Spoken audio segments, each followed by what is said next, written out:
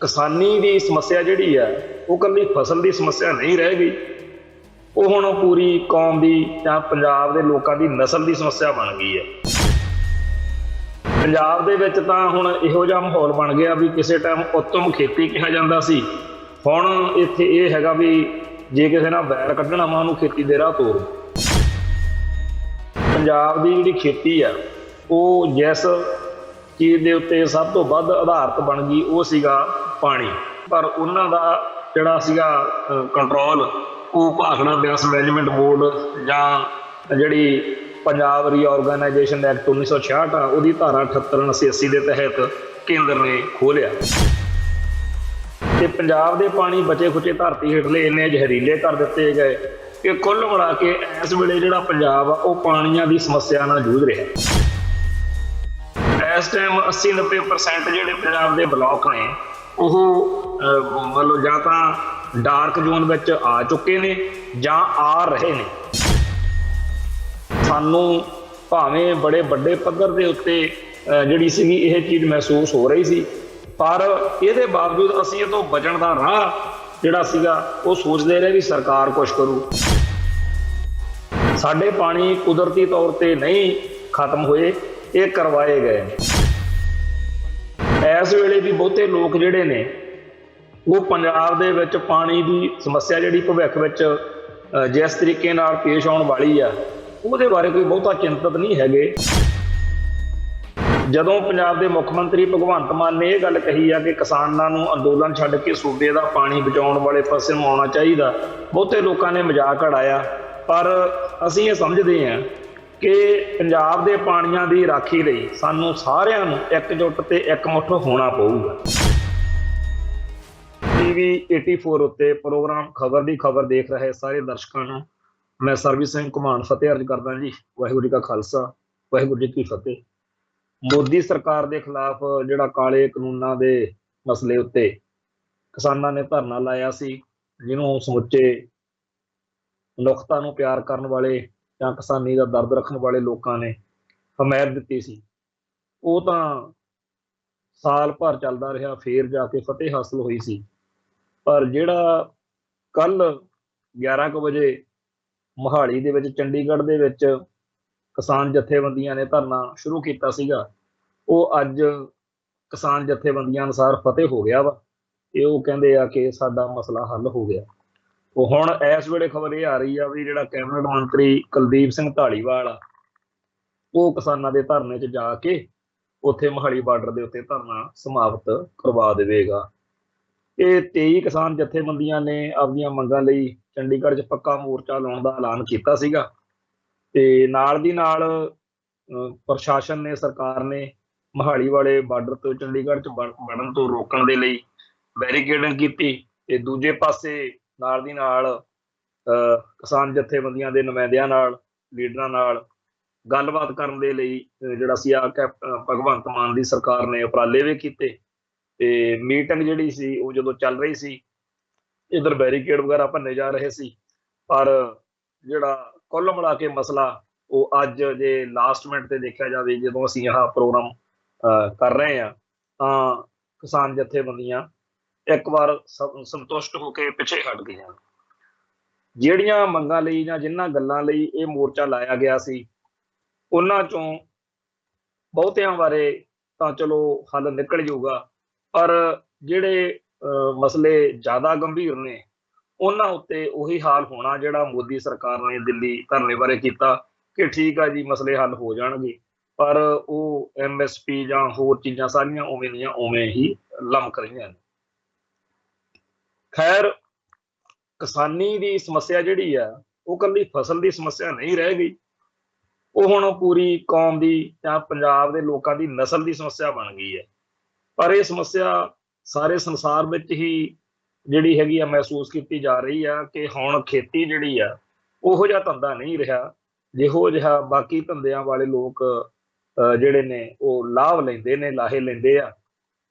पंजाब दे विच तां हुण इहो जिहा माहौल बन गया भी किसी टाइम उत्तम खेती कहा जाता सी, हुण इत्थे ये हैगा भी जे किसी ने बैर कढ़ना वा उहनूं खेती दे राह तोर दो। आम पिंडां सत्थां च इहो जिहियां गल्लां तुर पईआं ने, क्योंकि पंजाब की जिहड़ी खेती आ ਉਹ ਜਿਸ ਚੀਜ਼ ਦੇ ਉੱਤੇ ਸਭ ਤੋਂ ਵੱਧ ਆਧਾਰਿਤ ਬਣ ਗਈ ਉਹ ਸੀਗਾ ਪਾਣੀ। ਤੇ ਪੰਜਾਬ ਦਾ 9 ਹੀ 5 ਪਾਣੀਆਂ ਦਾ ਦੇਸ਼ ਹੋਣ ਕਰਕੇ ਪੰਜਾਬ ਆ। ਤੇ ਇੱਥੇ ਪਹਿਲਾਂ ਤਾਂ 1947 ਦੀ ਵੰਡ ਮੌਕੇ ਕੁਝ ਪਾਣੀ ਖੋਲਿਆ ਗਿਆ, ਦਰਿਆ ਜਿਹੜੇ ਸੀ ਉਧਰ ਚਲੇ ਗਏ ਪਾਕਿਸਤਾਨ 'ਚ। ਬਾਕੀ ਜਿਹੜੇ ਸੀਗੇ ਦਰਿਆ ਉਹ ਇੱਧਰ ਵਗਦੇ ਸੀ, ਪਰ ਉਹਨਾਂ ਦਾ ਜਿਹੜਾ ਸੀਗਾ ਕੰਟਰੋਲ ਉਹ ਭਾਖੜਾ ਬਿਆਸ ਮੈਨੇਜਮੈਂਟ ਬੋਰਡ ਜਾਂ ਜਿਹੜੀ ਪੰਜਾਬ ਰੀਆਰਗਨਾਈਜੇਸ਼ਨ ਐਕਟ 1966 ਆ ਉਹਦੀ ਧਾਰਾ 78 79 80 ਦੇ ਤਹਿਤ ਕੇਂਦਰ ਨੇ ਖੋਲਿਆ।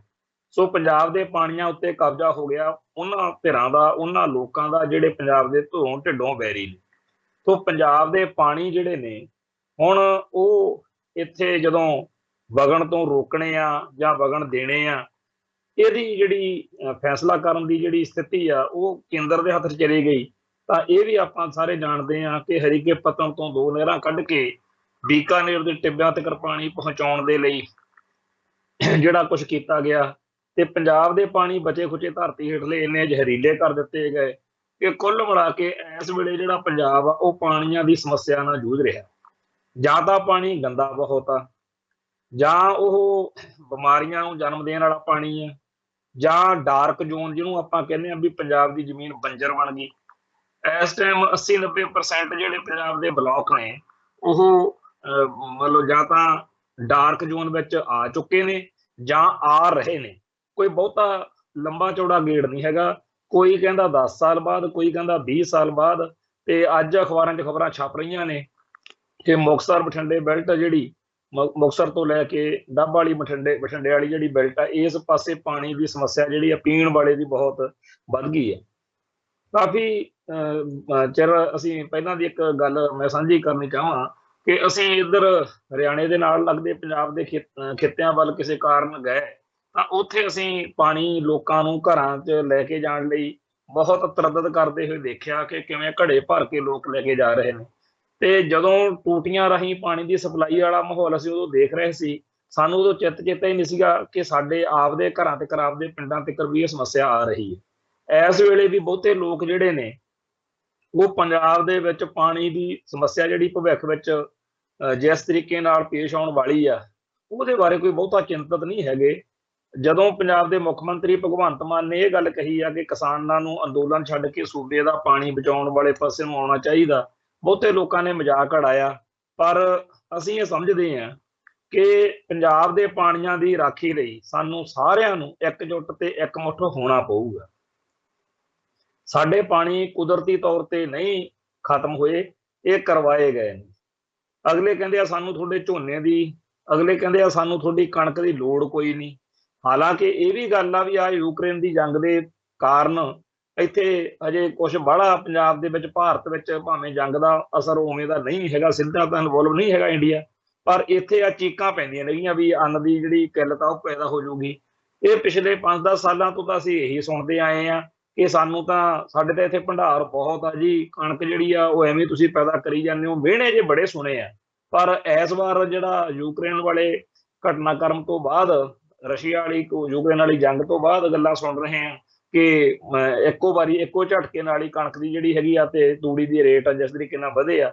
ਸਾਫ਼ ਗੱਲ ਆ ਕਿ ਇਹ ਸਿਰਫ ਪੰਜਾਬ ਦੇ ਲੋਕਾਂ ਨੂੰ ਜਲੀਲ ਕਰਨ ਲਈ ਗੱਲਾਂ ਵਰਤੀਆਂ ਜਾਂਦੀਆਂ ਨੇ। ਹੈਗੀ ਤਾਂ ਇੱਥੇ ਬਥੇਰੀ ਕਣਕ ਦੀ ਲੋੜ ਆ। ਦੂਜਾ ਹੈਗਾ ਝੋਨਾ। ਪੰਜਾਬ ਦੀ ਇਹ ਕਦੇ ਵੀ ਪ੍ਰਾਇਓਰਟੀ ਨਹੀਂ ਰਿਹਾ। ਝੋਨਾ ਜਾਂ ਕਣਕ, ਚੌਲ ਜਿਹੜੇ ਆ ਨਾ, ਪੰਜਾਬੀ ਲੋਕਾਂ ਦੀ ਪਹਿਲੀ ਪਸੰਦ ਨਹੀਂ ਰਹੇ। ਇਹ ਤਾਂ ਦੂਰ ਦਰਾਡੇ ਭਾਰਤੀ ਜਿਹੜੇ ਲੋਕ ਨੇ ਉਹ ਜ਼ਿਆਦਾ ਖਾਂਦੇ ਆ। ਪੰਜਾਬ ਦੇ ਲੋਕਾਂ ਦਾ ਜਿਹੜਾ ਖਾਣ ਪੀਣ ਆ ਜਾਂ ਰਹਿਣ ਸਹਿਣ ਆ ਉਹਦੇ 'ਚ ਕਣਕ, ਜੌਂ ਤੇ ਹੋਰ ਇਸ ਤਰ੍ਹਾਂ ਦੀਆਂ ਚੀਜ਼ਾਂ ਜਿਹੜੀਆਂ ਨੇ ਉਹਨਾਂ ਵਿੱਚ ਜ਼ਿਆਦਾ ਉਹਨਾਂ ਨੂੰ ਖਾਣ ਪੀਣ ਦਾ ਹੈਗਾ। ਪਰ ਜਿਹੜਾ ਝੋਨਾ ਕਣਕ ਤੋਂ ਜਿਹੜਾ ਆਪਾਂ ਬਦਲਵੀਂ ਇੱਕ ਫਸਲ ਦੇ ਵਜੋਂ ਲਿਆਂਦਾ, ਉਹਨੇ ਹਰੀ ਕ੍ਰਾਂਤੀ ਵੇਲੇ ਸਾਨੂੰ ਇੱਕ ਵਾਰੀ ਹੁਲਾਰਾ ਬੜਾ ਦਿੱਤਾ ਤੇ ਸਾਡੇ ਲੋਕਾਂ ਨੂੰ 4 ਪੈਸੇ ਜੁੜਨ ਲੱਗੇ ਤੇ ਅਸੀਂ ਇਸ ਤਰੀਕੇ ਨਾਲ ਝੋਨੇ ਦੁਆਲੇ ਹੋਏ ਕਿ ਆਪਦਾ ਪਾਣੀ ਜਿਹੜਾ ਸੀਗਾ ਉਹ ਸਾਰਾ ਇਸ ਚੀਜ਼ ਦੇ ਹਵਾਲੇ ਕਰਤਾ। ਫਿਰ ਅਸੀਂ ਇੱਥੇ ਜਿਹੜੇ ਸੀਗੇ ਦਰਖਤ ਉਹ ਵੱਢਣੇ ਸ਼ੁਰੂ ਕੀਤੇ। ਫਿਰ ਅਸੀਂ ਦਰਖਤ ਉਹ ਲਾਉਣੇ ਸ਼ੁਰੂ ਕੀਤੇ, ਸਫੈਦੇ ਵਰਗੇ ਦਰਖਤ ਜਿਹੜੇ ਪਾਣੀ ਜਿਹੜੇ ਹੈਗੇ ਆ ਬਹੁਤ ਜ਼ਿਆਦਾ ਖਰਾਬ ਕਰਦੇ ਆ। ਕੁੱਲ ਮਿਲਾ ਕੇ ਅਸੀਂ ਪਿਛਲੇ 40-50 ਸਾਲਾਂ ਦੇ ਸਮੇਂ ਵਿੱਚ ਪੰਜਾਬ ਦੇ ਧਰਤੀ ਹੇਠਲਾ ਪਾਣੀ ਆ ਜਿਹੜਾ ਉਹਨੂੰ ਖਤਮ ਕਰਨ ਵਾਲੀਆਂ ਸਾਜ਼ਿਸ਼ਾਂ ਦਾ ਸ਼ਿਕਾਰ ਹੁੰਦੇ ਗਏ ਤੇ ਸਾਨੂੰ ਭਾਵੇਂ ਬੜੇ ਵੱਡੇ ਪੱਧਰ ਦੇ ਉੱਤੇ ਜਿਹੜੀ ਸੀਗੀ ਇਹ ਚੀਜ਼ ਮਹਿਸੂਸ ਹੋ ਰਹੀ ਸੀ, ਪਰ ਇਹਦੇ ਬਾਵਜੂਦ ਅਸੀਂ ਇਹ ਤੋਂ ਬਚਣ ਦਾ ਰਾਹ ਜਿਹੜਾ ਸੀਗਾ ਉਹ ਸੋਚਦੇ ਰਹੇ ਵੀ ਸਰਕਾਰ ਕੁਛ ਕਰੂ। ਕਿੱਡੀ ਆਪਣੇ ਲਈ ਇਹ ਦੁਖਾਂਤ ਵਾਲੀ ਗੱਲ ਆ ਕਿ ਆਪਾਂ ਉਸ ਸਰਕਾਰ ਤੋਂ, ਉਸ ਭਾਰਤੀ ਹਕੂਮਤੀ ਸਿਸਟਮ ਤੋਂ ਭਾਲਦੇ ਆ ਕਿ ਕੋਈ ਰਾਹ ਕੱਢੂ ਜਿਹੜਾ ਪੰਜਾਬ ਨੂੰ ਬੰਜਰ ਬਣਾ ਕੇ, ਪੰਜਾਬ ਦੇ ਲੋਕਾਂ ਨੂੰ ਕੰਜਰ ਬਣਾ ਕੇ, ਕੰਜਰ ਤੋਂ ਭਾਵ ਕਿ ਅਯਾਸ਼, ਬਦਕਾਰ, ਬਦਮਾਸ਼ ਬਣਾ ਕੇ ਇੱਥੋਂ ਦੇ ਬਾਰੇ ਉਹ ਭਰਮ ਪਾਉਣਾ ਚਾਹੁੰਦੇ ਆ ਕਿ ਇਹ ਕੋਈ ਧਰਤੀ ਰਹਿਣ ਲਾਇਕ ਥੋੜੀ ਆ। ਮੈਂ ਇਹ ਸਮਝਦਾ ਕਿ ਜਦੋਂ 1947 ਮੌਕੇ ਸਿੱਖਾਂ ਨੇ ਖਾਲਿਸਤਾਨ ਲੈਣਾ ਖੁੰਝ ਗਏ ਤਾਂ ਉਸ ਮੌਕੇ ਭਾਰਤੀ ਸਿਆਸਤਦਾਨਾਂ ਨੇ, ਹਿੰਦੂ ਕੱਟੜਵਾਦ ਨੇ ਇਹ ਦਿਮਾਗ ਵਿੱਚ ਗੱਲ ਲੈ ਆਂਦੀ ਸੀ ਤੇ ਅੱਜ ਇਹ ਬੇਸ਼ੱਕ ਖੁੰਝ ਗਿਆ ਪਰ ਕੱਲ ਕਲਾਂ ਨੂੰ ਇਹ ਖਾਲਿਸਤਾਨ ਜ਼ਰੂਰ ਲੈਣਗੇ ਜਾਂ ਇਹ ਸਿੱਖ ਰਾਜ ਵੱਖਰਾ ਆਪਦਾ ਬਣਾਉਣ ਦੀ ਕੋਸ਼ਿਸ਼ ਕਰਨਗੇ। ਸੋ ਉੱਥੇ ਫਿਰ ਉਹਨਾਂ ਨੇ ਸੋਚ ਲਿਆ ਕਿ ਪੰਜਾਬ ਨੂੰ ਇੰਨਾ ਜ਼ਿਆਦਾ ਆਪਾਂ ਖਰਾਬ ਕਰ ਦੇਣਾ ਕਿ ਇੱਥੇ ਕੋਈ ਰਹਿਣ ਨੂੰ ਤਿਆਰ ਹੀ ਨਾ ਹੋਵੇ ਤੇ ਲੋਕ ਕਹਿਣ ਬਣਾ ਲਓ ਇਹੋ ਜਿਹੇ ਥਾਂ ਤੇ ਖਾਲਿਸਤਾਨ। ਜਿਸ ਤਰੀਕੇ ਨਾਲ ਪੰਜਾਬ ਹੁਣ ਰੇਗਿਸਤਾਨ ਬਣਾਇਆ ਜਾ ਰਿਹਾ, ਜਿਸ ਤਰੀਕੇ ਨਾਲ ਪੰਜਾਬ ਦੇ ਵਿੱਚ ਨਸ਼ਾ ਤੇ ਹੋਰ ਜਿਹੜੀਆਂ ਗੜਬੜਾਂ ਨੇ ਉਹ ਉਭਾਰੀਆਂ ਜਾ ਰਹੀਆਂ, ਪੈਦਾ ਕੀਤੀ ਔਰ ਸਰਪ੍ਰਸਤੀ ਕੀਤੀ ਜਾ ਰਹੀ। ਪੰਜਾਬ ਦੇ ਦਰਿਆਈ ਪਾਣੀ ਲੁੱਟੇ ਜਾਣ ਦਾ ਜਿਹੜਾ ਪ੍ਰੋਜੈਕਟ ਵਾ ਉਹਦੇ ਉੱਤੇ ਹਕੂਮਤ ਦੀ ਪੂਰੀ ਸਰਪ੍ਰਸਤੀ ਆ ਵੀ ਇਹ ਅਸੀਂ ਮਤਲਬ ਪੰਜਾਬ ਦਾ ਪਾਣੀ ਲੁੱਟ ਰਹੇ ਆ ਤੇ ਸਰੇਆਮ ਆ ਦੇਖੋ ਅਦਾਲਤੀ ਸਿਸਟਮ ਆ ਜਿਹੜਾ ਉਹ ਪੰਜਾਬ ਦੇ ਪਾਣੀਆਂ ਦੇ ਖਿਲਾਫ ਜਿਹੜਾ ਹੈਗਾ ਪੰਜਾਬ ਦੇ ਭੁਗਤਦਾ। ਤੇ ਜੇਕਰ ਮੁਲਕ ਦੇ ਏਜੰਸੀਆਂ ਦੀ ਗੱਲ ਕਰੀਏ, ਜਿਹੜਾ ਵੀ ਬੰਦਾ ਪੰਜਾਬ ਦੇ ਪਾਣੀਆਂ ਦੀ ਰਾਖੀ ਦੇ ਉੱਠਿਆ ਉਹਨੂੰ ਬਦਨਾਮ ਕੀਤਾ ਜਾਂਦਾ। ਆਪਾਂ ਨੂੰ ਸਭ ਨੂੰ ਪਤਾ ਕਿ ਖਾੜਕੂ ਲਹਿਰ ਦੇ ਵਿੱਚ ਇੱਕ ਐਕਸ਼ਨ ਜਿਹੜਾ ਸੀਗਾ ਖਾਲਿਸਤਾਨ ਕਮਾਂਡੋ ਫੋਰਸ ਦੇ ਜਨਰਲ ਲਾਭ ਸਿੰਘ ਦੀ ਕਮਾਂਡ ਹੇਠ ਰੋਪੜ ਦੇ ਇਲਾਕੇ ਵਿੱਚ ਕੀਤਾ ਗਿਆ ਸੀਗਾ, ਜਿੱਥੇ ਬੜੀ ਵੱਡੀ ਗਿਣਤੀ ਦੇ ਵਿੱਚ ਇਸ ਲਹਿਰ ਨੂੰ, ਸਤਲੁਜ ਜਮਨਾ ਲਿੰਕ ਨਹਿਰ ਨੂੰ ਪੱਟਣ ਵਾਲੇ ਜਿਹੜੇ ਲੋਕ ਸੀ ਉਹਨਾਂ ਨੂੰ ਨਿਸ਼ਾਨਾ ਬਣਾਇਆ ਗਿਆ ਸੀ ਤਾਂ ਕਿ ਜਿਹੜੀ ਨਹਿਰ ਦੀ ਕਾਰਵਾਈ ਆ ਉਹ ਫੌਰਨ ਤੌਰ ਤੇ ਰੋਕੀ ਜਾ ਸਕੇ। ਉਹ ਬੇਸ਼ੱਕ ਦੀ ਇੱਕ ਵਾਰੀ ਉੱਥੇ ਉਸ ਕਾਰਵਾਈ ਦੇ ਕਰਕੇ, ਉਸ ਐਕਸ਼ਨ ਦੇ ਕਰਕੇ ਮਜ਼ਦੂਰ ਜਿਹੜੇ ਸੀਗੇ ਉਹ ਕੰਮ ਛੱਡ ਕੇ ਹਟ ਗਏ, ਜਿਹੜੇ ਠੇਕੇਦਾਰ ਸੀ ਉਹ ਪਿੱਛੇ ਹਟ ਗਏ। ਪਰ ਅਸਲ ਵਿੱਚ ਉਸ ਤੋਂ ਫਿਰ 2 ਸਾਲ ਬਾਅਦ ਬੱਬਰ ਖਾਲਸਾ ਨੇ ਭਾਈ ਬਲਵਿੰਦਰ ਸਿੰਘ ਜਟਾਣਾ ਦੀ ਕਮਾਂਡ ਹੇਠ ਭਾਈ ਸੁਖਦੇਵ ਸਿੰਘ ਬੱਬਰ ਹੋਣਾ ਨੇ ਸਾਰਿਆਂ ਨੇ ਉੱਥੇ ਕਾਰਵਾਈ ਕੀਤੀ ਸੀ ਤੇ ਚੰਡੀਗੜ੍ਹ ਦੇ ਵਿੱਚ ਉੱਥੇ ਇੱਕ ਜਿਹੜਾ SYL ਦਾ ਦਫ਼ਤਰ ਆ ਉੱਥੇ ਇੱਕ ਅਟੈਕ ਕੀਤਾ ਗਿਆ ਸੀ, ਜਿਹਦੇ ਵਿੱਚ ਸੀਕਰੀ ਸੀ ਸ਼ਾਇਦ ਇੱਕ ਔਲਖ, 2 ਜਿਹੜੇ ਅਧਿਕਾਰੀ ਸੀਗੇ ਉਹਨਾਂ ਨੂੰ ਨਿਸ਼ਾਨਾ ਬਣਾਇਆ ਗਿਆ। ਜਿਸ ਤੋਂ ਬਾਅਦ ਵਿੱਚ ਪੰਜਾਬ ਦੇ ਜਿਹੜੇ ਦਰਿਆਈ ਪਾਣੀ ਲੁੱਟੇ ਜਾਣ ਦਾ ਪ੍ਰੋਜੈਕਟ ਸੀਗਾ ਸਤਲੁਜ ਜਮਨਾ ਲਿੰਕ ਨਹਿਰ ਦਾ, ਉਹ ਫਿਰ ਸਦਾ ਲਈ ਖਤਮ ਹੋ ਗਿਆ। ਪੰਜਾਬ ਦੇ ਦਰਿਆਈ ਪਾਣੀਆਂ ਦੀ ਰਾਖੀ ਲਈ ਜਿਸ ਤਰੀਕੇ ਨਾਲ ਖਾਲਿਸਤਾਨ ਕਮਾਂਡੋ ਫੋਰਸ, ਬੱਬਰ ਖਾਲਸਾ ਤੇ ਹੋਰ ਜੁਝਾਰੂ ਜਥੇਬੰਦੀਆਂ ਜਾਂ ਖਾੜਕੂ ਸਿੰਘਾਂ ਨੇ ਕਾਰਵਾਈਆਂ ਕੀਤੀਆਂ, ਉਹਦੇ ਮੱਦੇ ਨਜ਼ਰ ਆਪਾਂ ਜੇ ਦੇਖੀਏ ਵੀ ਇੱਕ ਪਾਸੇ ਤਾਂ ਉਹ ਜੁਝਾਰੂ, ਉਹ ਸੂਰਮੇ ਜਿਨ੍ਹਾਂ ਨੂੰ ਭਾਰਤੀ ਹਕੂਮਤ ਕਹਿੰਦੀ ਆ ਵੀ ਹਰੇਕ ਸਿੱਖ ਤੋਂ ਕਹਾਉਣਾ ਵਾ, ਹਰੇਕ ਪੰਜਾਬੀ ਤੋਂ ਕਹਾਉਣਾ ਵੀ ਉਹ ਤਾਂ ਬੜੇ ਮਾੜੇ ਸੀਗੇ, ਉਹ ਤਾਂ ਅੱਤਵਾਦੀ ਸੀ, ਉਹ ਤਾਂ ਟੈਰੋਰਿਸਟ ਸੀਗੇ, ਉਹ ਤਾਂ ਬੜੇ ਖਤਰਨਾਕ ਦਹਿਸ਼ਤਗਰਦ ਸੀਗੇ। ਇੱਕ ਪਾਸੇ ਤਾਂ ਉਹ ਲੋਕ ਨੇ ਜਿਹੜੇ ਪੰਜਾਬ ਦੇ ਦਰਿਆਈ ਪਾਣੀਆਂ ਦੀ ਰਾਖੀ ਲਈ ਸਿਰਾਂ ਤੇ ਖੱਫਣ ਬੰਨ ਕੇ ਲੜੇ, ਦੂਜੇ ਪਾਸੇ ਭਾਰਤੀ ਹਕੂਮਤੀ ਤੰਤਰ ਆ ਜਿਹੜਾ ਉਹ ਬੜਾ ਬੀਬਾ ਬਾਲਕ ਜਿਹਾ ਬਣ ਕੇ ਪੇਸ਼ ਹੋ ਰਿਹਾ ਕਿ ਦੇਖੋ ਜੀ ਨਾਲੇ ਤਾਂ ਪੰਜਾਬ ਦੇ ਪਾਣੀ ਲੁੱਟ ਰਿਹਾ, ਨਾਲੇ ਪੰਜਾਬ ਨੂੰ ਬੰਜਰ ਬਣਾ ਰਿਹਾ ਤੇ ਪੰਜਾਬ ਦੇ ਰਾਖਿਆਂ ਨੂੰ, ਪਾਣੀਆਂ ਦੇ ਨੂੰ ਬਦਨਾਮ ਕਰ ਰਿਹਾ। ਸੋ ਇਹ ਜਿਹੜੀ ਸਥਿਤੀ ਆ ਇਹਦੇ ਬਾਰੇ ਆਪਾਂ ਜੇ ਗੱਲ ਕਰੀਏ ਤਾਂ ਸਾਨੂੰ ਸਾਡੇ ਭਾਈਚਾਰੇ ਨੂੰ ਆਪਦੇ ਮਨਾਂ ਦੇ ਵਿੱਚ ਇਹ ਗੱਲ ਪੂਰੀ ਤਰ੍ਹਾਂ ਵਸਾ ਲੈਣੀ ਚਾਹੀਦੀ ਆ ਕਿ ਅੱਜ ਦੀ ਤਰੀਕ ਵਿੱਚ ਵੀ ਜਿਹੜੇ ਜਿਹੜੇ ਸੱਚੇ ਦਿਲੋਂ ਪੰਜਾਬ ਦੇ ਦਰਿਆਈ ਪਾਣੀਆਂ ਦੀ ਰਾਖੀ ਲਈ ਯਤਨਸ਼ੀਲ ਨੇ ਉਹਨਾਂ ਸਾਰਿਆਂ ਨੂੰ ਭਾਰਤੀ ਹਕੂਮਤੀ ਤੰਤਰ ਆਪਦੇ ਮੀਡੀਆ ਦੇ ਰਾਹੀਂ ਪੂਰਾ ਬਦਨਾਮ ਕਰਦਾ, ਉਹਨਾਂ ਨੂੰ ਧੱਕ ਕੇ ਖੂੰਜੇ ਲਾਉਂਦਾ, ਉਹਨਾਂ ਦੀ ਹਰ ਤਰੀਕੇ ਨਾਲ ਬਦਨਾਮੀ ਕਰਦਾ। ਤੇ ਜਿਹੜੇ ਲੋਕ ਡਰਾਮਾ ਕਰਦੇ ਆ ਵੀ ਆਹ ਲਓ ਜੀ ਅਸੀਂ ਫੱਟੇ ਚੱਕਦੇ, ਖਾਸ ਤੌਰ ਤੇ ਪੰਜਾਬ ਦੇ ਸਿਆਸੀ ਲੀਡਰ, ਪੰਜਾਬ ਦੇ ਸਿਆਸੀ ਭਲਵਾਨਾਂ ਵਿੱਚੋਂ ਕੋਈ ਨਹੀਂ ਬਚਿਆ ਜਿਹਨੇ ਪੰਜਾਬ ਦੇ ਦਰਿਆਈ ਪਾਣੀਆਂ ਦੇ ਮਸਲੇ ਉੱਤੇ ਧਰੋ ਨਾ ਕਮਾਇਆ ਹੋਵੇ, ਚਾਹੇ ਉਹ ਸਰਦਾਰ ਪ੍ਰਕਾਸ਼ ਸਿੰਘ ਬਾਦਲ ਹੈ, ਚਾਹੇ ਉਹ ਦਰਬਾਰਾ ਸਿੰਘ ਆ, ਚਾਹੇ ਉਹ ਲੌਂਗੋਵਾਲ ਆ, ਚਾਹੇ ਉਹ ਬਰਨਾਲਾ ਆ, ਚਾਹੇ ਬੇਅੰਤ ਸਿੰਘ ਆ, ਚਾਹੇ ਕੈਪਟਨ ਕਮਲਜੀਤ ਸਿੰਘ ਆ, ਚਾਹੇ ਕੈਪਟਨ ਅਮਰਿੰਦਰ ਸਿੰਘ ਆ। ਇਹਨਾਂ ਸਾਰਿਆਂ ਨੇ ਅੱਡ-ਅੱਡ ਮੌਕਿਆਂ ਦੇ ਉੱਤੇ ਕਿਸੇ ਨਾ ਕਿਸੇ ਰੂਪ ਦੇ ਵਿੱਚ ਪੰਜਾਬ ਦੇ ਦਰਿਆਈ ਪਾਣੀਆਂ ਦੇ ਹੱਕਾਂ ਜਾਂ ਹਿੱਤਾਂ ਦੀ ਜਿਹੜੀ ਆ ਉਹ ਘਾਣ ਕੀਤਾ ਤੇ ਉਲਟ ਚੱਲੇ ਆ, ਦਿੱਲੀ ਦੇ ਹੱਕ 'ਚ ਚੱਲੇ ਆ। ਤੋ ਇਹ ਲੋਕ ਜਿਹੜੇ ਨੇ ਇਹਨਾਂ ਨੂੰ ਕਿਹਾ ਜਾ ਰਿਹਾ ਕਿ ਪੰਜਾਬ ਦੇ ਅਸਲ ਨੁਮਾਇੰਦੇ ਇਹ ਨੇ। ਜਿਹੜੇ ਪੰਜਾਬ ਦੇ ਹਿੱਤਾਂ ਦੇ ਉਲਟ ਭੁਗਤਣ ਤੇ ਗੱਲੀ ਬਾਤੀ ਤਾਂ ਅੱਜ ਭਗਵੰਤ ਮਾਨ ਵੀ ਬਹੁਤ ਵਧੀਆ ਲੱਗਦਾ ਕਿ ਪੰਜਾਬ ਦੇ ਦਰਿਆਈ ਪਾਣੀ ਜਿਹੜੇ ਨੇ ਜਾਂ ਪੰਜਾਬ ਦੇ ਪਾਣੀ ਆ, ਅਸੀਂ ਤਾਂ ਜੀ ਉਹਨੂੰ ਬਚਾਉਣ ਲਈ ਤੁਹਾਨੂੰ ਸੱਦਾ ਦਿੰਦੇ ਹਾਂ। ਸੋ ਗੱਲੀ ਬਾਤੀ ਤਾਂ ਸਾਰੇ ਵਧੀਆ ਵਾ। ਮੈਨੂੰ ਤਾਂ ਕੋਈ ਲੱਭਿਆ ਨਹੀਂ ਹੈਗਾ ਜਿਹਨੇ ਨਾ ਕਿਹਾ ਹੋਵੇ ਕਿ ਅਸੀਂ ਪੰਜਾਬ ਦੇ ਪਾਣੀ ਨਹੀਂ ਬਚਾਉਣੇ। ਆ ਜਿਹੜਾ ਸਭ ਤੋਂ ਵੱਧ ਸਰਦਾਰ ਪ੍ਰਕਾਸ਼ ਸਿੰਘ ਬਾਦਲ ਹੈ, ਇਹਨੇ ਵੱਡੀਆਂ ਵੱਡੀਆਂ ਗੱਲਾਂ ਕੀਤੀਆਂ ਹੋਈਆਂ ਨੇ, ਔਰ ਜਿਹੜੇ ਇਹਦੇ ਬਿਆਨ ਨੇ ਕਿ ਪੰਜਾਬ ਦੇ ਪਾਣੀਆਂ ਦੀ ਰਾਖੀ ਲਈ ਅਸੀਂ ਜਿਹੜੀਆਂ ਗੋਲੀਆਂ ਹਿੱਕ ਤੇ ਖਾਵਾਂਗੇ। 1981-82 ਦਾ ਉਹ ਬਿਆਨ ਆ, ਅਖਬਾਰਾਂ ਦੇ ਫਰੰਟ ਪੇਜ ਤੇ ਛਪਿਆ ਸੀ ਉਦੋਂ। ਉਵੇਂ ਦੇ ਬਿਆਨ ਹੀ ਅੱਜ ਤੱਕ ਲਈ ਜਾਂਦੇ ਆ ਕਿ ਪੰਜਾਬ ਦੇ ਪਾਣੀਆਂ ਦੀ ਇੱਕ ਬੂੰਦ ਵੀ ਬਾਹਰ ਨਹੀਂ ਜਾਣ ਦਿਆਂਗੇ। ਕੈਪਟਨ ਅਮਰਿੰਦਰ ਸਿੰਘ ਦੇ ਵੀ ਇਹੋ ਜਿਹੇ ਬਿਆਨ ਨੇ, ਪੰਜਾਬ ਦੇ ਪਾਣੀ ਦੀ ਇੱਕ ਬੂੰਦ ਨਹੀਂ ਜਾਣ ਦਿਆਂਗੇ। ਇਹ ਕਹਿਣ ਵਾਲਿਆਂ ਨੂੰ ਦਿਖਦਾ ਨਹੀਂ ਹੈਗਾ ਵੀ ਜਿਹੜਾ ਗੰਗ ਨਹਿਰ ਆ ਉਹਦੇ ਰਾਹੀਂ ਕਿੰਨਾ ਪਾਣੀ ਹਰਿਆਣੇ ਰਾਜਸਥਾਨ ਨੂੰ ਜਾ ਰਿਹਾ, ਜਾਂ ਜਿਹੜਾ ਪਾਣੀ ਇਹਦੇ ਰਾਹੀਂ ਹਰੀਕੇ ਪੱਤਣ ਤੋਂ ਜਿਹੜੀਆਂ ਦੋ ਨਹਿਰਾਂ ਜਾਂਦੀਆਂ ਨੇ ਉਹਨਾਂ ਰਾਹੀਂ ਕਿਹੜਾ ਪਾਣੀ ਕਿੱਥੇ ਨੂੰ ਜਾ ਰਿਹਾ। ਸੋ ਜਿਹੜਾ ਪੰਜਾਬ ਸਾਰੇ ਸਮਝੌਤੇ ਰੱਦ ਕਾਨੂੰਨ 2004 ਦੇ ਵਿੱਚ ਕੈਪਟਨ ਅਮਰਿੰਦਰ ਸਿੰਘ ਨੇ ਪਾਸ ਕੀਤਾ ਸੀ, ਉਸ ਮੌਕੇ ਉਹਦੀ ਇੱਕ ਧਾਰਾ 5 ਦੇ ਵਿੱਚ ਲਿਖਿਆ ਗਿਆ ਸੀ ਕਿ ਹਰਿਆਣੇ ਅਤੇ ਰਾਜਸਥਾਨ ਨੂੰ ਜਿਹੜਾ ਪਾਣੀ ਜਾਂਦਾ ਹੈ ਉਹ ਚੰਗੇ ਗਵੰਡੀ ਦੀ ਹੈਸੀਅਤ ਵਿੱਚ ਜਾਂਦਾ ਰਹੇਗਾ। ਭਾਈ ਜਦੋਂ ਪੰਜਾਬ ਤਾਂ ਆਪ ਲੁੱਟਿਆ ਪੁੱਟਿਆ ਜਾ ਰਿਹਾ, ਅਸੀਂ ਕਿਸੇ ਦੇ ਚੰਗੇ ਗਵੰਡੀ ਬਣ ਕੇ ਕੀ ਲੈਣਾ, ਅਸੀਂ ਮਾੜੇ ਹੀ ਵਧੀਆ, ਪਰ ਸਾਨੂੰ ਸਾਡਾ ਪਾਣੀ ਪੂਰਾ ਚਾਹੀਦਾ। ਸੋ ਪੰਜਾਬ ਦੇ ਖਿਲਾਫ ਸਾਰੇ ਸਮਝੌਤੇ ਕੀਤੇ ਗਏ। ਪੰਜਾਬ ਦੇ ਖਿਲਾਫ ਜਦੋਂ ਜਿਹੜੀ ਆਪਾਂ ਧਾਰਾ 5 ਦੀ ਗੱਲ ਕਰਦੇ ਹਾਂ, ਉਹਨਾਂ ਦਿਨਾਂ 'ਚ ਸਰਦਾਰ ਪ੍ਰਕਾਸ਼ ਸਿੰਘ ਬਾਦਲ ਬੜਾ 2004 ਦੇ ਅਖਬਾਰ ਚੱਕ ਕੇ ਦੇਖ ਲਓ, ਖੰਭੇ ਜਿਹੜੇ ਜਿਹੜੇ ਬਿਆਨ ਲੈਗੇ ਕਿ ਜਿੱਦਣ ਸਾਡੇ ਕੋਲੇ ਸੱਤਾ ਆ ਗਈ ਅਸੀਂ ਧਾਰਾ 5 ਵੀ ਰੱਦ ਕਰਾਂਗੇ, ਜਾਣੀ ਕਿ ਹਰਿਆਣੇ ਅਤੇ ਰਾਜਸਥਾਨ ਨੂੰ ਦਰਿਆਈ ਪਾਣੀ ਜਿਹੜਾ ਜਾਂਦਾ ਉਹ ਵੀ ਅਸੀਂ ਰੋਕ ਦਿਆਂਗੇ। ਪਰ ਜਦੋਂ ਸੱਤਾ ਹੱਥ 'ਚ ਆ ਗਈ, ਮੁੜ ਕੇ ਤੂੰ ਕੌਣ ਤੇ ਮੈਂ ਕੌਣ। ਸੋ ਜਿਹੜੇ ਪੰਜਾਬ ਦੇ ਸਿਆਸੀ ਭਲਵਾਨ ਨੇ, ਇਹਨਾਂ ਤੋਂ ਪਹਿਲਾਂ ਤਾਂ ਕੁਝ ਹੋਇਆ ਨਹੀਂ, ਗਾਹਾਂ ਕੋਈ ਆਸ ਨਹੀਂ। ਇਹਨਾਂ ਦੇ ਜਿਹੜੇ ਆਪਦੇ ਰਾਜ ਇੰਨੇ ਜ਼ਿਆਦਾ ਦਿੱਲੀ ਵਾਲਿਆਂ ਦੇ ਹੱਥ ਵਿੱਚ ਨੇ ਵੀ ਉਹਨਾਂ ਮੂਹਰੇ ਖੰਘਣ ਜੋਗੇ ਨਹੀਂ। ਸੋ ਇਹ ਲੋਕਾਂ ਤੋਂ ਆਸ ਕਰਨੀ ਵੀ ਇਹ ਪੰਜਾਬ ਦੇ ਸਿਆਸੀ ਭਲਵਾਨ ਪੰਜਾਬ ਦੇ ਪਾਣੀਆਂ ਦੀ ਰਾਖੀ ਕਰਨਗੇ, ਇਹ ਤਾਂ ਬਹੁਤ ਜ਼ਿਆਦਾ ਆਪਦੇ ਆਪ ਨੂੰ ਧੋਖਾ ਦੇਣ ਵਾਲੀ ਗੱਲ ਹੈ। ਤਾਂ ਫਿਰ ਪੰਜਾਬ ਦੇ ਹੱਕਾਂ ਲਈ ਕੌਣ ਲੜੇ? ਜੇਕਰ 1978 ਤੋਂ ਲੈ ਕੇ ਲਗਾਤਾਰ ਪੰਜਾਬ ਦੇ ਪਾਣੀ ਲੁੱਟੇ ਜਾਣ ਦੀ ਕਹਾਣੀ ਨਾਲ ਦੀ ਨਾਲ ਚੱਲਦੀ ਰਹੀ, ਤਾਂ ਉਹਨੂੰ ਰੋਕ ਕਿਹਨੇ ਲਾਈ? ਉਹ ਪੰਜਾਬ ਦੇ ਉਹਨਾਂ ਜੁਝਾਰੂਆਂ ਨੇ ਲਾਈ ਜਿਨ੍ਹਾਂ ਨੂੰ ਸਾਡੇ ਜਿਹੜੇ ਭਾਰਤ ਦੇ ਚੈਨਲ ਨੇ ਜਾਂ ਇੱਥੋਂ ਵਾਲੇ ਜਿਹੜੇ ਸਾਡੇ ਸਿੱਖਾਂ ਦੇ ਪੈਸੇ ਨਾਲ, ਸਿੱਖਾਂ ਦੇ ਸਰਮਾਏ ਨਾਲ ਚੱਲੇ ਹੋਏ ਚੈਨਲ ਨੇ, ਉਹ ਵੀ ਨਿੰਦਦੇ ਨੇ, ਭੰਡਦੇ ਨੇ। ਜਦੋਂ ਅਸੀਂ ਆਹ ਜਿਹੜਾ TV 84 ਦੇ ਉੱਤੇ ਪ੍ਰੋਗਰਾਮ ਸ਼ੁਰੂ ਕੀਤੇ ਆ, ਜਾਂ ਅਸੀਂ ਖਾਲਸਾ ਫਤਿਹਨਾਮਾ ਮੈਗਜ਼ੀਨ ਸ਼ੁਰੂ ਕੀਤਾ, ਉਦੋਂ ਅਸੀਂ ਇਹ ਗੱਲ ਗੱਜ ਵੱਜ ਕੇ ਲਿਖੀ ਵੀ ਆ ਤੇ ਕਹੀ ਵੀ ਆ ਤੇ ਹਿੱਕ ਠੋਕ ਕੇ ਅੱਜ ਵੀ ਕਹਿੰਦੇ ਆ ਕਿ ਪੰਜਾਬ ਦੇ ਦਰਿਆਈ ਪਾਣੀਆਂ ਦੇ, ਪੰਜਾਬ ਦੇ ਹੱਕਾਂ ਹਿੱਤਾਂ ਦੇ ਲਈ ਲੜਨ ਵਾਲੇ ਅਸਲੀ ਵਾਰਸ ਜਿਹੜੇ ਪੰਜਾਬ ਦੇ, ਉਹ ਕੌਣ ਨੇ? ਉਹ ਜੁਝਾਰੂ ਸੂਰਮੇ ਜਿਨ੍ਹਾਂ ਨੇ ਸਿਰਾਂ ਤੇ ਖੱਫਣ ਬੰਨ੍ਹ ਕੇ ਜੰਗ ਲੜੀ।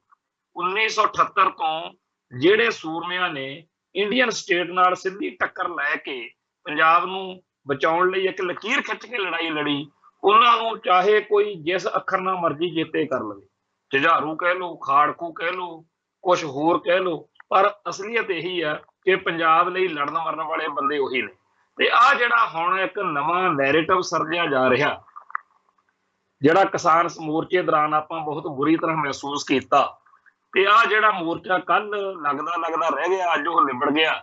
ਉਸ ਕਿਸਾਨ ਮੋਰਚੇ ਦੌਰਾਨ ਇੱਕ ਬਹੁਤ ਖਤਰਨਾਕ ਖੇਡ ਖੇਡੀ ਗਈ ਕਿ 1978 ਤੋਂ ਪੰਜਾਬ ਦੇ ਹੱਕਾਂ ਹਿੱਤਾਂ ਲਈ ਲੜਨ ਵਾਲਿਆਂ ਲੋਕਾਂ ਨੂੰ ਬਦਨਾਮ ਕਰਨਾ, ਉਹਨਾਂ ਦਾ ਅਕਸ ਸੰਸਾਰ ਦੀ ਨਜ਼ਰ ਦੇ ਵਿੱਚ ਉਹਨਾਂ ਨੂੰ ਭੈੜੇ ਬੰਦੇ ਵਜੋਂ ਪੇਸ਼ ਕਰਨਾ, ਉਹਨਾਂ ਨੂੰ ਰੈਕੋਗਨਾਈਜੇਸ਼ਨ ਨਹੀਂ ਦੇਣੀ, ਉਹਨਾਂ ਨੂੰ ਮਾਨਤਾ ਨਹੀਂ ਦੇਣੀ। ਉਹੋ ਜਿਹੀ ਗੱਲ ਕਰਨ ਵਾਲਿਆਂ ਨੂੰ, ਜਿਵੇਂ ਆਪਾਂ ਨੂੰ ਸਭ ਨੂੰ ਚੇਤੇ ਆ ਕਿ ਦੀਪ ਸਿੱਧੂ ਜਾਂ ਹੋਰ ਸਾਰੇ ਲੋਕਾਂ ਨੂੰ ਕਿਸ ਤਰੀਕੇ ਨਾਲ ਇਸ ਸਾਰੇ ਸੰਘਰਸ਼ ਦੌਰਾਨ ਪੂਰਾ ਬਦਨਾਮ ਕੀਤਾ ਗਿਆ ਕਿ ਇਹਨਾਂ ਨੂੰ ਪਾਸੇ ਰੱਖੋ ਜੀ।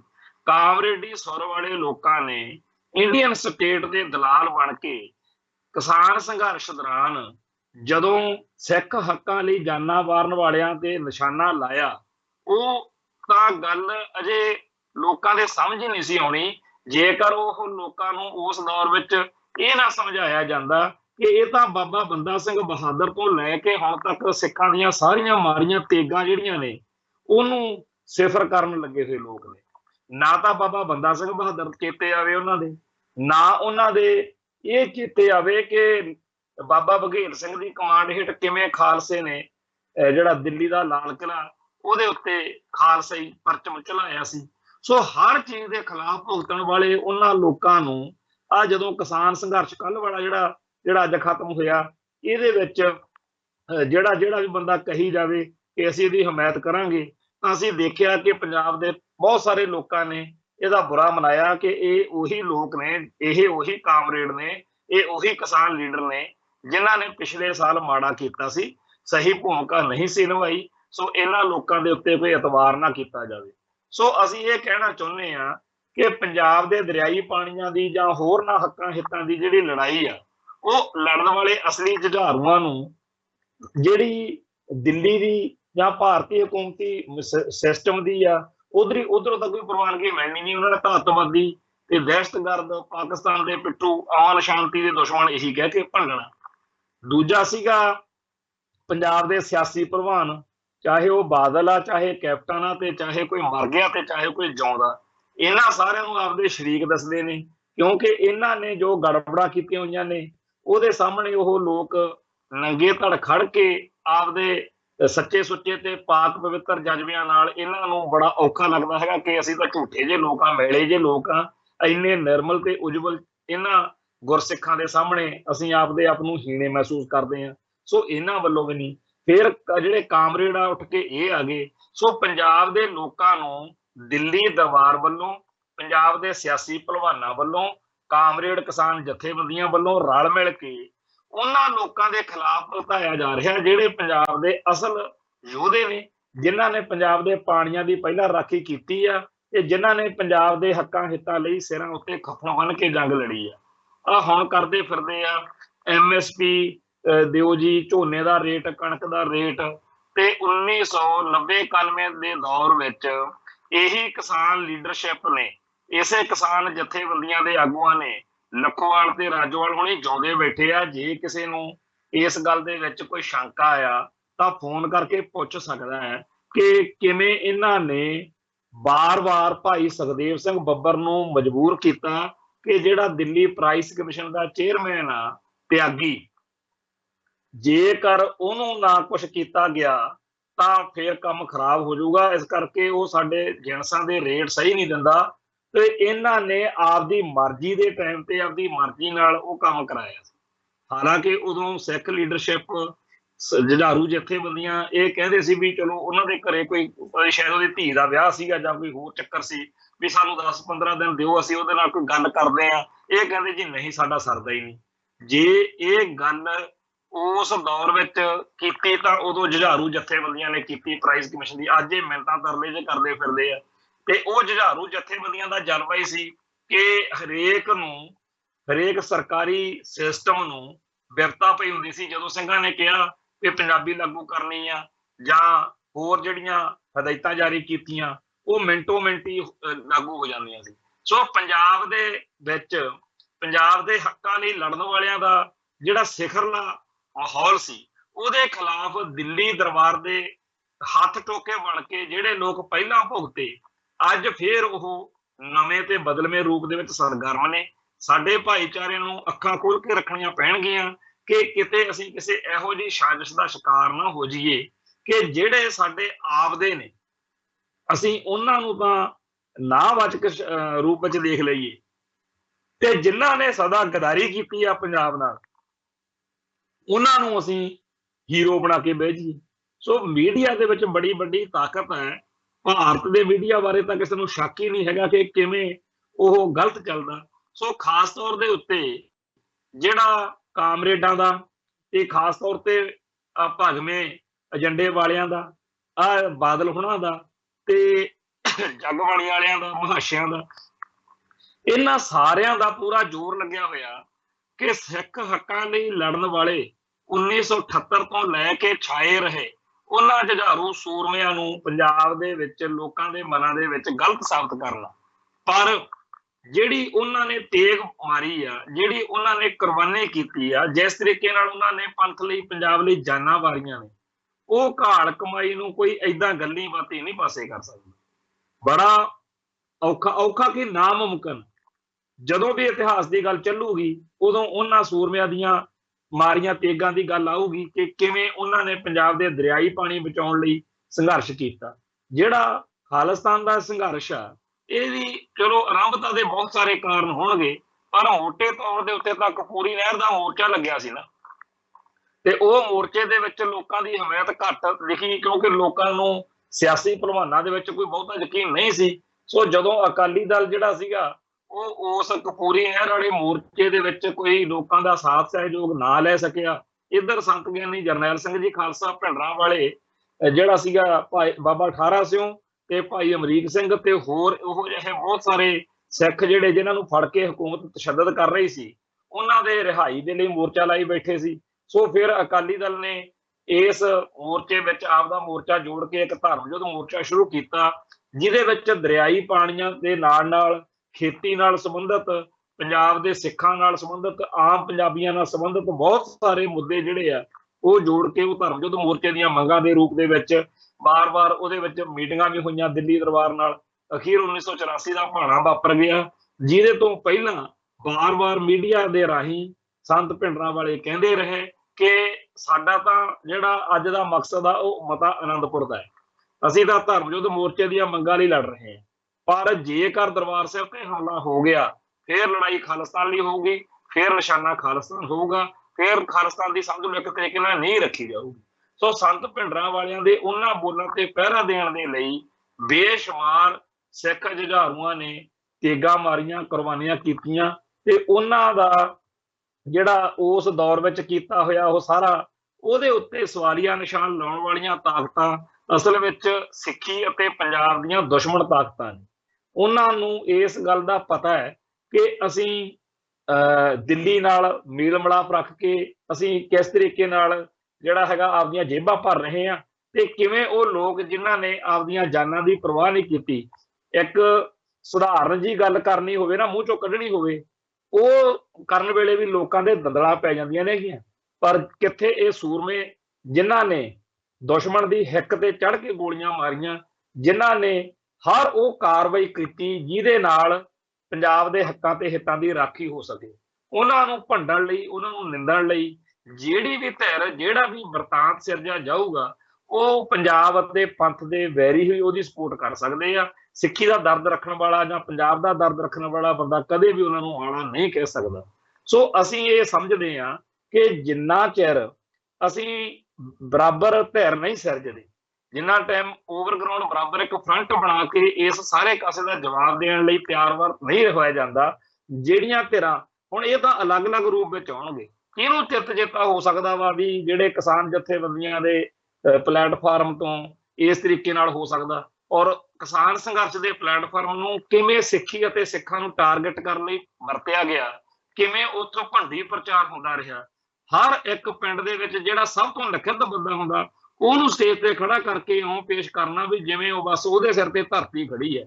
ਸੋ ਉਸ ਮਾਹੌਲ ਦੇ ਵਿੱਚ ਜੋ ਕੁਝ ਪੰਥ ਨੇ ਪੀੜ ਮਹਿਸੂਸ ਕੀਤੀ, ਉਹ ਆ ਜਿਹੜਾ ਕੱਲ ਚੰਡੀਗੜ੍ਹ ਮੋਰਚਾ ਮੋਹਾਲੀ ਲੱਗਦਾ ਅੱਜ ਰੁਕ ਗਿਆ, ਰਹਿ ਗਿਆ, ਚਲੋ ਨਿਬੜ ਗਿਆ, ਉਹ ਸਾਰਿਆਂ ਨੇ ਇਹੀ ਮਹਿਸੂਸ ਕੀਤਾ ਕਿ ਹੁਣ ਦੁਬਾਰਾ ਇੱਥੇ ਪੰਜਾਬ 'ਚ ਵੀ ਇਹੀ ਕੰਜਰਖਾਨਾ ਕਰਨਗੇ।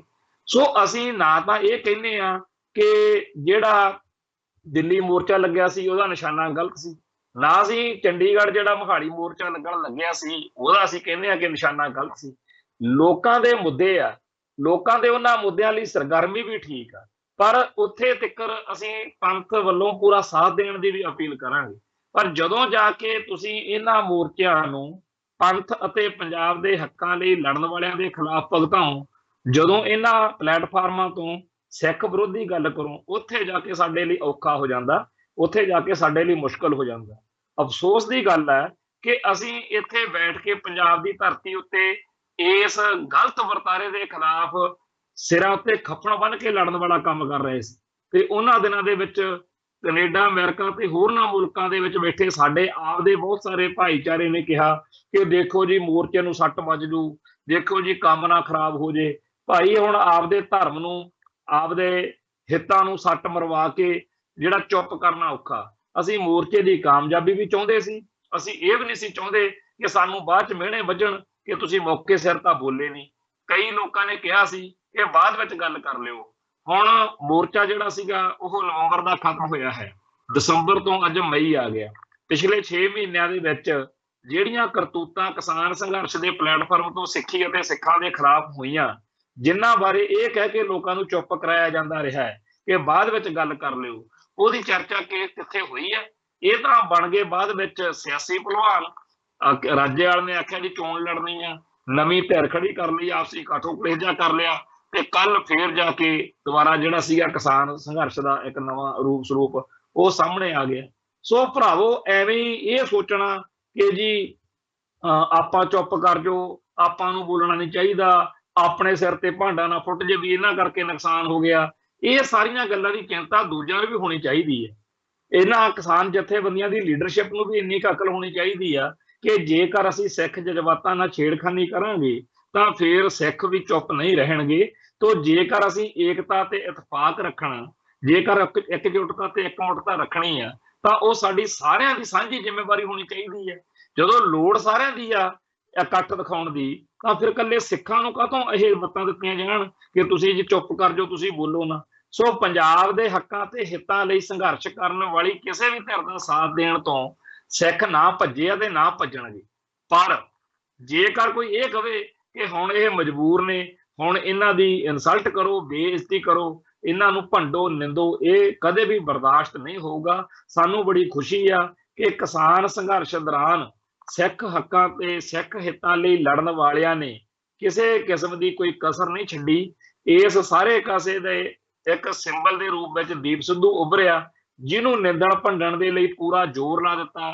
ਤੇ ਜਦੋਂ ਉਹ ਅਚਨਚੇਤ ਇੱਕ ਇਹੋ ਜਿਹਾ ਚਮਤਕਾਰ ਵਾਂਗੂ ਉੱਭਰ ਕੇ ਇਸ ਧਰਤੀ ਤੋਂ ਸਦਾ ਲਈ ਸਾਤੋਂ ਵਿਛੜਿਆ ਸਿੰਘ, ਉਸ ਮੌਕੇ ਕੀ ਹੋਇਆ ਕਿ ਜਿਹੜੀਆਂ ਵੀਡੀਓਜ਼, ਜਿਹੜੇ ਮਾੜੇ ਬਿਆਨ ਇਹ ਕਿਸਾਨ ਲੀਡਰਸ਼ਿਪ ਦੇ ਰਹੀ ਸੀ, ਉਹ ਤੋਂ ਫਿਰ ਇਹਨਾਂ ਨੂੰ ਔਖਾ ਹੋ ਗਿਆ ਕਿ ਹੁਣ ਕੀ ਕਹੀਏ।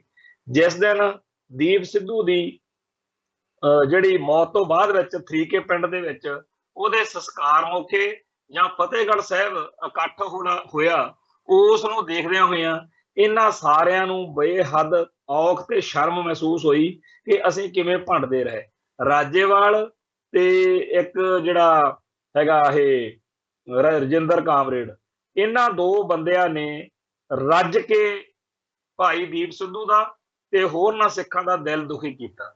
ਇਹਨਾਂ ਲੋਕਾਂ ਨੇ ਹਰ ਉਹ ਹਰਕਤ ਕੀਤੀ ਜਿਹਦੇ ਨਾਲ ਸਿੱਖ ਜਿਹੜੇ ਆ ਉਹ ਭੜਕ ਪੈਣ, ਤਾਂ ਕਿ ਇਹ ਕੋਈ ਇਹੋ ਜਿਹੀ ਗੱਲ ਬਣ ਜਾਵੇ ਕਿ ਲੋਕ ਕਹਿਣ ਕਿ ਲਓ ਜੀ ਸਿੱਖਾਂ ਨੇ ਕੰਮ ਖਰਾਬ ਕਰਤਾ। ਪਰ ਮੋਰਚਾ ਫਤਿਹ ਹੋਇਆ ਤੇ ਅੱਜ ਸਾਰੀ ਦੁਨੀਆ ਜਾਣਦੀ ਆ ਕਿ ਉਸ ਮੋਰਚੇ ਦੀ ਕਾਮਯਾਬੀ ਲਈ ਗੁਰੂ ਨਾਨਕ ਸਾਹਿਬ ਦਾ ਘਰ ਆ, ਜਿਹੜਾ ਗੁਰੂ ਘਰ ਆ, ਜਿਹੜਾ ਉਹ ਉੱਥੋਂ ਸ਼ਕਤੀ ਸਾਰੀ ਮਿਲੀ ਆ। ਐਵੇਂ ਨਹੀਂ ਜਿਹੜਾ ਨਰਿੰਦਰ ਮੋਦੀ ਆ ਉਹ ਗੁਰੂ ਘਰਾਂ 'ਚ ਮੱਥੇ ਟੇਕਦਾ ਫਿਰਦਾ ਸੀ।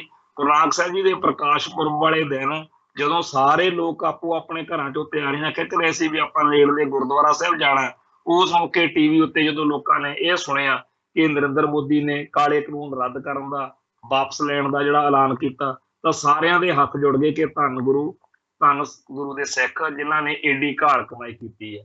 ਪਰ ਨਾਲ ਦੀ ਨਾਲ ਸਾਰਿਆਂ ਨੂੰ ਇਸ ਗੱਲ ਦਾ ਚੇਤਾ ਆਇਆ ਕਿ ਕਾਮਰੇਡ ਹੁਣ ਕੀ ਕਰਨਗੇ, ਤੇ ਉਦੋਂ ਬਾਅਦ ਵਿੱਚ ਜੋ ਨਿਰਕੜੀਆਂ ਲਈਆਂ, ਜਿਸ ਤਰੀਕੇ ਨਾਲ ਇਹਨਾਂ ਨੇ ਕੀਤਾ, ਉਹ ਸਾਰਿਆਂ ਦੇ ਸਾਹਮਣੇ ਹੈ। ਅਸੀਂ ਫਿਰ ਬਾਰ-ਬਾਰ ਇੱਕੋ ਗੱਲ ਕਹਿ ਰਹੇ ਹਾਂ ਕਿ ਨਾ ਤਾਂ ਸਿੱਖ ਪੰਜਾਬ ਦੇ ਕਿਸੇ ਵੈਰੀ ਨਾਲ ਹੱਥ ਮਿਲਾ ਸਕਦੇ ਆ ਤੇ ਨਾ ਹੀ ਪੰਜਾਬ ਦੇ ਹੱਕਾਂ ਹਿੱਤਾਂ ਲਈ ਲੜਨ ਤੋਂ ਭੱਜ ਸਕਦੇ ਆ। ਬਾਕੀ ਕੌਮਾਂ ਧਰਮਾਂ ਵਾਲੇ ਕੀ ਕਰਦੇ ਆ ਇਹ ਉਹ ਜਾਣਨ, ਪਰ ਪੰਜਾਬ ਸਾਡਾ ਸਿੱਖ ਹੋਮਲੈਂਡ ਆ। ਇੱਥੋਂ ਦੇ ਹਰੇਕ ਮੋੜ ਤੇ, ਹਰ ਕਣ ਵਿੱਚ, ਹਰ ਜਰੇ ਵਿੱਚ ਸਾਡੇ ਬਜ਼ੁਰਗਾਂ ਦਾ ਖੂਨ ਪਸੀਨਾ ਡੁੱਲਿਆ ਹੋਇਆ। ਪਿਛਲੇ ਜਿਹੜਾ ਸਦੀਆਂ ਦਾ ਇਤਿਹਾਸ ਆ, ਉਹਦੇ ਉੱਤੇ ਜਦੋਂ ਕੋਈ ਨਜ਼ਰ ਮਾਰਦਾ, ਚਾਹੇ ਉਹ ਕੋਈ ਦੁਸ਼ਮਣ ਕਿੱਧਰੋਂ ਚੜ ਕੇ ਆਇਆ, ਚਾਹੇ ਉਹ ਪੂਰਬ ਤੋਂ ਆਇਆ, ਚਾਹੇ ਪੱਛਮ ਤੋਂ, ਚਾਹੇ ਉੱਤਰ ਤੋਂ, ਚਾਹੇ ਦੱਖਣ ਤੋਂ, ਸਾਡੇ ਪੁਰਖਿਆਂ ਨੇ ਸਾਡੀ ਇਸ ਧਰਤੀ ਦੀ ਰਾਖੀ ਲਈ ਜੋ ਕੁਝ ਕੀਤਾ, ਉਹ ਇਤਿਹਾਸ ਸਾਡੀਆਂ ਅੱਖਾਂ ਸਾਹਮਣੇ ਖੜਾ। ਤੇ ਸਾਡੀ ਅਣਖ ਗੈਰਤ ਨਾਲ ਜਿਉਣ ਦੀ ਇੱਛਾ, ਸਾਡੀ ਸ਼ਾਨ ਨਾਲ ਮਰਨ ਦੀ ਇੱਛਾ ਜਿਹੜੀ ਆ, ਉਹਨੂੰ ਕੋਈ ਸਾਤੋਂ ਖੋਹ ਨਹੀਂ ਸਕਦਾ। ਅਸੀਂ ਅੱਜ ਵੀ ਇਹ ਅਹਿਦ, ਇਹ ਪਰਣ ਦੁਹਰਾਉਂਦੇ ਆ ਕਿ ਸਾਡੇ ਪੰਜਾਬ ਦੀ ਧਰਤੀ ਉੱਤੇ ਜਿਹੜਾ ਵੀ ਕੋਈ ਦੁਸ਼ਟ, ਜਿਹੜਾ ਵੀ ਕੋਈ ਪਾਪੀ ਮੰਦ ਭਾਵਨਾ ਨਾਲ ਆਵੇਗਾ, ਪੰਜਾਬ ਉਹਦਾ ਜਿਹੜਾ ਵਿਰੋਧ ਆ ਉਹ ਠੋਕ ਵਜਾ ਕੇ ਕਰੇਗਾ। ਨਾ ਟਿਕਾਂਗੇ ਤੇ ਨਾ ਟਿਕਣ ਦਿਆਂਗੇ। ਹਾਂ, ਪੰਜਾਬ ਦੇ ਹੱਕਾਂ ਹਿੱਤਾਂ ਲਈ ਲੜਨ ਮਰਨ ਵਾਲਿਆਂ ਲਈ, ਹਾਂ ਦਾ ਨਾਰਾ ਮਾਰਨ ਵਾਲੇ ਸਾਨੂੰ ਪਿਆਰੇ ਨੇ, ਅਸੀਂ ਉਹਨਾਂ ਦਾ ਸਤਿਕਾਰ ਕਰ ਲਵਾਂਗੇ। ਪਰ ਜਿਹੜਾ ਕੋਈ ਭੇਖ ਬਣਾ ਕੇ ਸਾਡੇ ਵਰਗਾ ਸਾਡੇ ਹਿੱਤਾਂ ਦੇ ਉਲਟ ਚੱਲੇ ਤੇ ਚਾਹਵੇ ਇਹ ਕਿ ਮੈਂ ਤਾਂ ਤੁਹਾਡਾ ਹੀ ਆ ਤੇ ਮੇਰਾ ਸਤਿਕਾਰ ਕਰੋ, ਇਹ ਬਿਲਕੁਲ ਨਹੀਂ ਹੋਣਾ। ਪੰਜਾਬ ਨੂੰ ਆਪਦੀ ਹਕੀਕਤ ਪਤਾ ਹੈ ਤੇ ਪੰਜਾਬ ਦੇ ਲੋਕਾਂ ਨੂੰ ਇਸ ਗੱਲ ਦਾ ਅਹਿਸਾਸ ਹੈ ਕਿ ਸਾਡੇ ਨਾਲ ਪਿਛਲੀਆਂ ਸਦੀਆਂ 'ਚ ਬੜੀਆਂ ਠੱਗੀਆਂ ਹੋਈਆਂ, ਬੜੇ ਧੋਖੇ ਹੋਏ, ਬਹੁਤ ਕੁਝ ਵਾਪਰਿਆ, ਪਰ ਸਾਡੇ ਪੁਰਖਿਆਂ ਨੇ ਕਦੇ ਪੰਜਾਬ ਨਾਲ ਵਫਾ ਨਿਭਾਉਣ ਤੋਂ ਨਾ ਨਹੀਂ ਕੀਤੀ। ਅਸੀਂ ਵੀ ਅੱਜ ਦੀ ਤਰੀਕ ਵਿੱਚ ਠੱਗੀ, ਧੋਖਾ, ਛਲ ਕਪਟ, ਕਤਲ, ਸਭ ਕੁਝ ਮਨਜ਼ੂਰ ਆ, ਪੰਜਾਬ ਲਈ ਮਰਨਾ ਮਨਜ਼ੂਰ ਆ, ਪਰ ਇਹ ਕਦੇ ਨਹੀਂ ਹੋਏਗਾ ਕਿ ਪੰਜਾਬ ਦੇ ਹੱਕਾਂ ਹਿੱਤਾਂ ਦੇ ਖਿਲਾਫ ਜਿਹੜਾ ਹੈਗਾ ਉਹ ਹੁੰਦਾ ਹੋਵੇ ਤੇ ਅਸੀਂ ਚੁੱਪ ਕਰਕੇ ਬੈਠੇ ਰਹੀਏ। ਜਿਹੜਾ ਕਿਸਾਨ ਸੰਘਰਸ਼ ਦੇ ਦੌਰਾਨ ਕਾਮਰੇਡਾਂ ਨੇ ਲੱਲ੍ਹ ਲਾਉਣਾ ਸੀ ਉਹ ਲਾਤਾ, ਪਰ ਅਸੀਂ ਆਪਦੇ ਫਰਜ਼ ਨਿਭਾਏ ਆ। ਸਾਨੂੰ ਕੋਈ ਇਸ ਗੱਲ ਦਾ ਇਹ ਨਹੀਂ ਕੋਈ ਆਸਾਨ ਨਹੀਂ ਕੀਤਾ। ਹੁਣ ਵੀ ਜੇਕਰ ਕੋਈ ਮੋਰਚਾ ਪੰਜਾਬ ਦੇ ਹੱਕਾਂ ਹਿੱਤਾਂ ਲੈ ਲਓ, ਪੰਜਾਬ ਭੱਜੇਗਾ ਨਹੀਂ। ਪਰ ਪੰਜਾਬ ਦੇ ਪਾਣੀਆਂ ਦੀ ਰਾਖੀ ਲਈ, ਪੰਜਾਬ ਦੇ ਹੋਰ ਹਿੱਤਾਂ ਦੀ ਰਾਖੀ ਲਈ ਸਾਨੂੰ ਜ਼ਿਆਦਾ ਮਜ਼ਬੂਤੀ ਨਾਲ ਕਦਮ ਚੱਕਣੇ ਪੈਣਗੇ। ਸਾਰੇ ਪਾਸੇ ਰੌਲਾ ਪਿਆ ਹੋਇਆ ਕਿ 10-15 ਸਾਲਾਂ ਬਾਅਦ ਪੰਜਾਬ ਜਿਹੜਾ ਹੈਗਾ ਉਹ ਰੇਗਿਸਤਾਨ ਬਣ ਜਾਊਗਾ। ਪਰ ਇੱਕ ਪਾਸੇ ਤਾਂ ਭਾਰਤੀ ਹਕੂਮਤੀ ਤੰਤਰ ਪੰਜਾਬ ਨੂੰ ਬੰਜਰ ਬਣਾਉਣ ਦੀ ਪੂਰੀ ਯੋਜਨਾ ਬਣਾ ਕੇ ਅੱਗੇ ਸਟੈਪ ਦਰ ਸਟੈਪ ਵਧ ਰਿਹਾ। ਦੂਜੇ ਪਾਸੇ ਪੰਜਾਬ ਦੇ ਲੋਕਾਂ ਨੂੰ ਦੁਨੀਆ ਭਰ ਦੇ ਵਿੱਚ ਬਦਨਾਮ ਕਰ ਰਿਹਾ। ਤੀਜੇ ਪਾਸੇ ਉਹ ਪੰਜਾਬ ਦੇ ਇਹਨਾਂ ਸੂਰਬੀਰ ਯੋਧਿਆਂ ਨੂੰ ਜਿਹੜਾ ਹੈ ਆਪਦੇ ਹੀ ਲੋਕਾਂ ਦੇ ਵਿੱਚ ਬਦਨਾਮ ਕਰਨ ਦੀ ਕੋਸ਼ਿਸ਼ ਜਿਹੜੀ ਆ ਉਹ ਵੀ ਕਰ ਰਿਹਾ। ਸੋ ਅਸੀਂ ਇਹ ਸਮਝਦੇ ਹਾਂ ਕਿ ਸਾਨੂੰ ਸਾਰੇ ਪਾਸੇ ਸਪਸ਼ਟ ਹੋਣੇ ਚਾਹੀਦੇ ਆ। ਅਸੀਂ ਨਾ ਤਾਂ ਦਿੱਲੀ ਦਰਬਾਰ ਦੀਆਂ ਟੇਢੀਆਂ ਕਟੱਡੀਆਂ ਚਾਲਾਂ ਤੋਂ ਬੇਖਬਰ ਹਾਂ, ਨਾ ਅਸੀਂ ਜਿਹੜੇ ਕਾਮਰੇਡ, ਜਿਹੜੇ ਬਾਦਲ ਵਰਗੇ ਮਹਾਸ਼ੇ ਜਾਂ ਹੋਰ ਜਿਹੜੀਆਂ ਧਿਰਾਂ ਨੇ ਉਹਨਾਂ ਦੀਆਂ ਕਰਤੂਤਾਂ ਤੋਂ ਅਸੀਂ ਬੇਖਬਰ ਵਾਂ। ਸਾਨੂੰ ਸਭ ਪਤਾ ਕਿ ਕਿਵੇਂ ਪੰਜਾਬ ਦੇ ਹੱਕਾਂ ਹਿੱਤਾਂ ਨਾਲ ਇਹਨਾਂ ਨੇ ਬੀਤੇ ਦੌਰ ਵਿੱਚ ਧੋਖੇ ਕੀਤੇ ਆ ਤੇ ਅੱਗੇ ਇਹ ਕਰਨਗੇ। ਪਰ ਸਾਡਾ ਫਰਜ਼ ਇਹੀ ਆ ਕਿ ਜਦੋਂ ਤੱਕ ਜਿਉਂਦੇ ਆ ਤੇ ਜਦੋਂ ਤੱਕ ਸਾਡੇ ਨੈਣ ਪ੍ਰਾਣ ਚੱਲਦੇ ਆ, ਸਾਡੇ ਸਾਹ ਚੱਲਦੇ ਆ, ਪੰਜਾਬ ਦੇ ਹੱਕਾਂ ਹਿੱਤਾਂ ਲਈ ਲੜੀਏ। ਜਿਹੜਾ ਵੀ ਕੋਈ ਹੋਰ ਪੰਜਾਬ ਦੇ ਹੱਕਾਂ ਹਿੱਤਾਂ ਲਈ ਲੜਨ ਦਾ ਦਮ ਭਰਦਾ ਉਹਦਾ ਵੀ ਸਾਥ ਦੇਣ ਤੋਂ ਨਾ ਕਦੇ ਭੱਜੀਏ, ਨਾ ਅਸੀਂ ਪਿੱਛੇ ਹਟੀਏ। ਇਹੀ ਸਾਡਾ ਅਹਿਦ ਆ, ਇਹੀ ਸਾਡਾ ਪ੍ਰਣ। ਅੱਜ ਲਈ ਇੰਨੇ ਕਾਫੀ। ਕੱਲ ਫਿਰ ਮਿਲਾਂਗੇ ਜੀ। ਨਾਨਕ ਨਾਮ ਚੜ੍ਹਦੀ ਕਲਾ, ਤੇਰੇ ਭਾਣੇ ਸਰਬੱਤ ਦਾ ਭਲਾ।